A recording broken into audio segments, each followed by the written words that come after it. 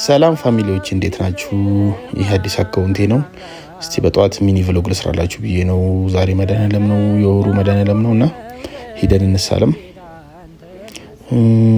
ሁሌም እንግዲህ ያው የምንሳለመው ከልጅነት ጀምሮ የምናከብረው ምስኪያዙና ስደተኛው መድኃኔዓለም ነው። እስቲ እየተሳለምን አንድ ነገር ልበላችሁ ብዬ ነው።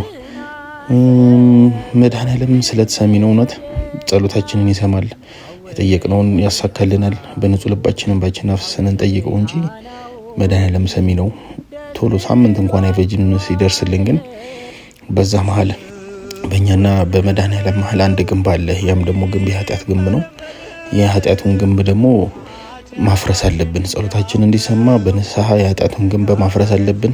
ያን ካፈረስን በኋላ በንጹህ ልባችን አልቅሰን ስንጠይቀው የእውነት ነው የምላችሁ ሳምንት እንኳን አይፈጅበትም። ሰሚ ነው ስደተኛው መድኃኔዓለም፣ በደንብ ሰሚ ነው። እውነት ከጥንት ጀምሮ የነበረ ቤተክርስቲያን ነው፣ ሰሚ ነው።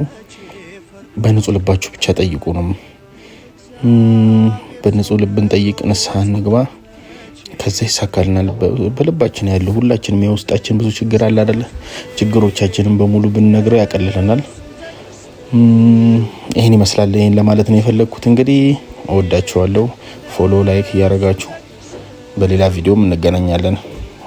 ሸፋኝ ከቶ እንዳንተማመው ከዘመናዬ ሸፋኝ ከቶ እንዳንተማመው